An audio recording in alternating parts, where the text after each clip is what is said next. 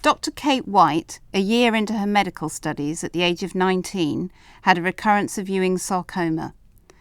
Now in a wheelchair, the mother of 3 has been able to continue her career as a result of the reasonable adjustments which have been made to her workplace. Cate, you're a consultant histopathologist with interests in breast and gynecological pathology. Can you tell me a little bit about your job? I report breast biopsies basically from ladies who might present from the screening programme or might present themselves having found a lump. On the gynae side, I report cervical smears, so that's the cytology, and also all sorts of gynecological specimens we report as well. So those are the main things that I do. So your main adaptation at work in terms of equipment is the microscope?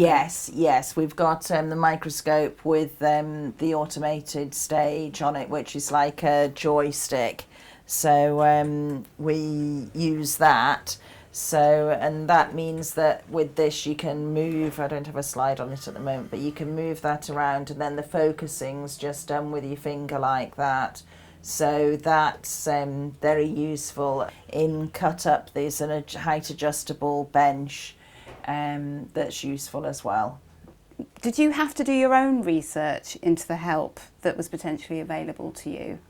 Yes, really, you don't get told what there is really.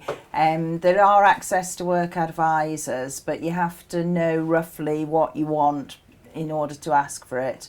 One of the things is the support worker help that I now have, and it was through going on a leadership course with Disability Rights UK. I was given a coach there, and she actually mentioned, well, what about having a support worker to help open the doors, etc., while the access was being sorted. What would your advice be to someone who feels they need adjustments made to their workplace to carry on working? Well, access to work. They help quite a lot, and they can give 80%, normally it's roughly about that, of the costs of equipment, and so your employer's only needing to find 20% then. So access to work is very useful and provides quite a lot of the support. And they can also provide help, such as with the car, they're giving me a lot of support towards the conversion costs of my car, so that I've got a drive from wheelchair car. To keep going, I suppose, to keep going and keep trying, because I think it is very valuable that we have disabled people in the workplace, and I think we've got a lot to give, and I think it's a shame if you end up retiring on ill health or something, you know, if that ends up happening to you, when if reasonable adjustments were put in place you could continue working. How did the BMA Advisor help? I think in feeling that you had somebody fighting your corner, and you weren't just on your own, and because they knew what could and should be done, I suppose, and they could negotiate with human resources. I had an advisor assigned to me, and you could ring them up, and they also came to meetings to represent me, and there were times when I wasn't really capable myself, I suppose, of representing myself, because it gets quite personal and quite upsetting, because I'm the major breadwinner for the family, so potentially if I'd had to stop working and retire on ill health, we'd have to move house, and you know, it would be a big difference. So you know, it is quite personal to you and something that you really want to achieve to continue working, and for myself as well, because there's a lot of, I don't know, your identity, etc., in working, and I think, well, lots of studies have shown that you're far better mentally if you are working. How did your employer help specifically? With funding for equipment, like the 20% for funding for equipment. So I've got free access right through to the lab. The lab and my office are the main places I use. So they've got electric touchpad openings, and the toilet as well. Is there a point at which adjustments become unreasonable, do you think? Yes, I think on cost, if it's totally cost prohibitive. For instance, those big doors going through to the hospital, I only go through once or twice a week. So, I mean, I think that would be prohibitive, really. After your own experiences, do you think there is a best way to return to work after an extended absence?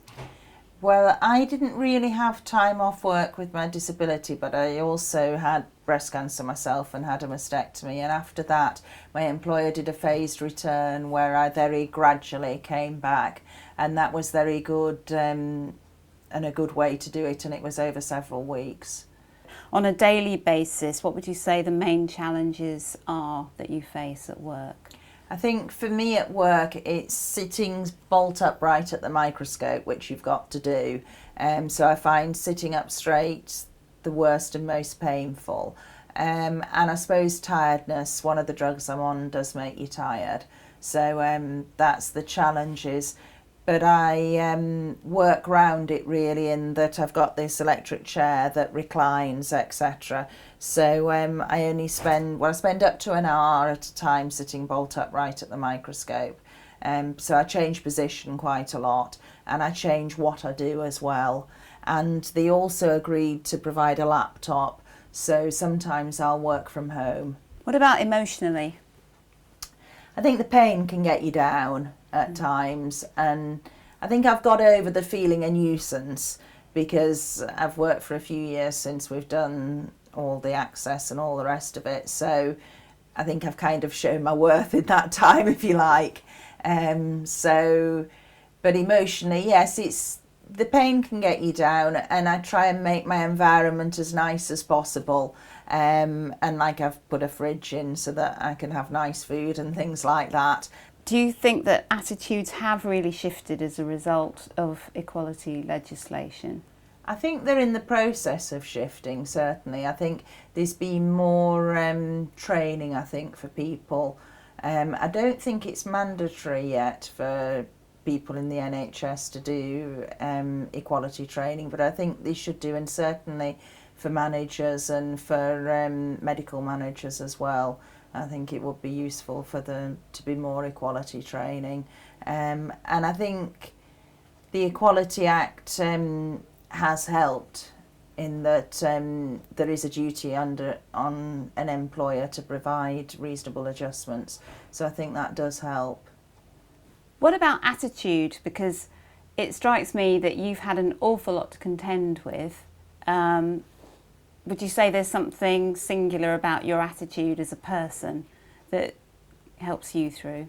I think I'm either determined or stubborn, depending who you ask. So, I think I am very determined. And I've had cancer twice now. And certainly when I was 19, they didn't expect me to survive it, really. So I think you want to get the most out of life once you've had that kind of experience. So you will try very hard. I like working and I enjoy working, and I even found maternity leave difficult. So, I think I would be impossible at home, basically, if I wasn't working. BMA members can get advice and support on any of the issues raised by speaking to one of our advisors on 0300 123 1233.